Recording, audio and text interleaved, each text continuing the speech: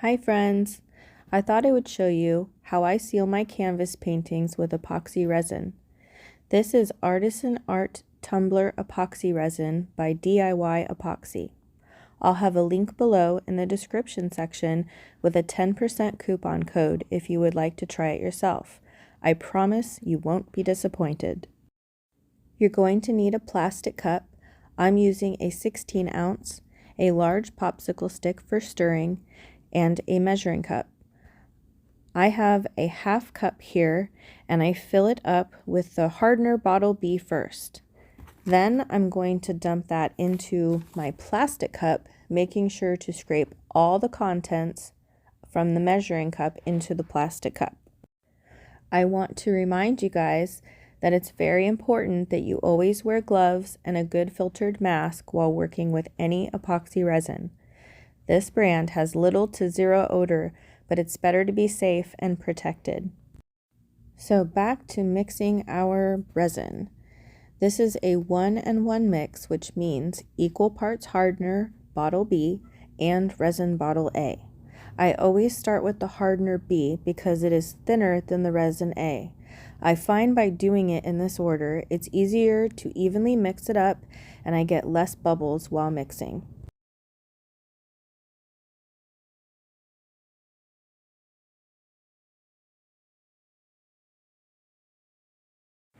As you can see, I really do try to get every last drop out of that measuring cup.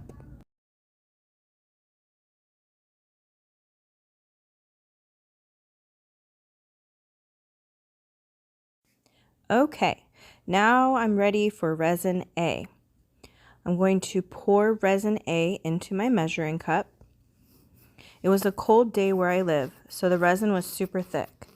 If that happens, you can just place the bottle in a shallow tub of warm water for a few minutes, and that will help it relax so it flows nicely out of the bottle for you.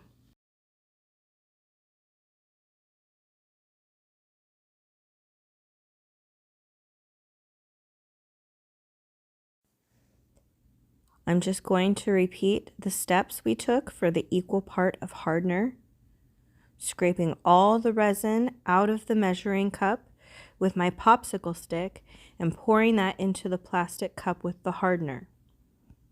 So then we'll have half a cup of hardener and half a cup of resin in our plastic cup. Okay guys, while we're waiting for the next step, please remember to like and share this video if you find it helpful to you, and please subscribe to my channel for future tutorial videos from Polly Prissy Pants Art.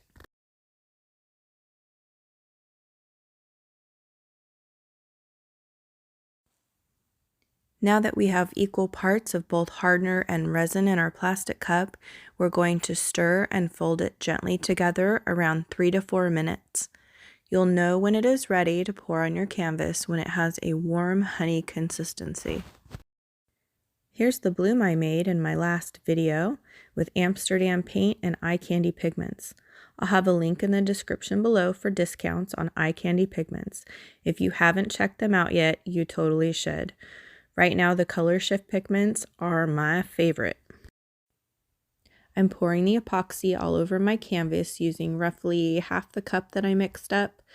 I knew I would have extra, so I figured I would use the rest on these 2 4-inch tiles I made that I needed to do again. They got a couple dust particles stuck in the resin that I didn't see, so I just needed to sand the surface down gently with some sandpaper and clean it well before I poured another coat on top. So with my fingers, I'm rubbing and spreading that resin over my entire canvas, making sure I get all the corners, sides, and edges coated evenly. You can tell when there's no resin in an area or a spot because your fingers will not glide over that area. So just make sure you work it in everywhere on your canvas. This is a self-leveling epoxy, but you still want to spread it evenly over the whole canvas.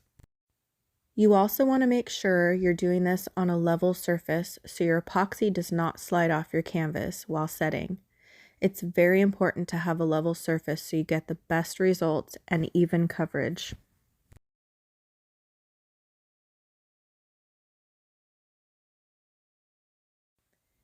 Before I even start this process, I clean my canvases with a diluted mix of rubbing alcohol and water. I also tape the back of my canvases to protect it from drips you'll get on the sides. It keeps the canvas nice and clean this way.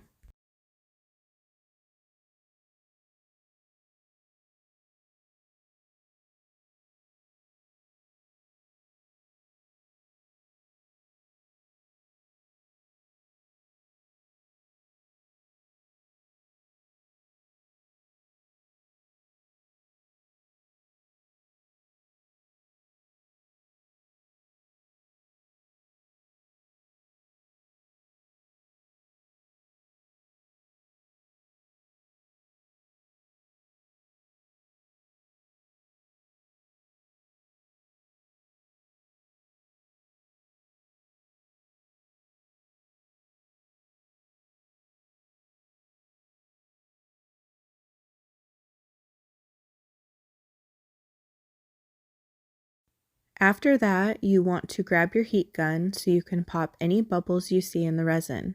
I just wave it back and forth.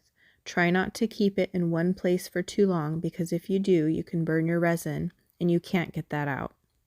I go over it a few times to make sure I didn't miss any bubbles.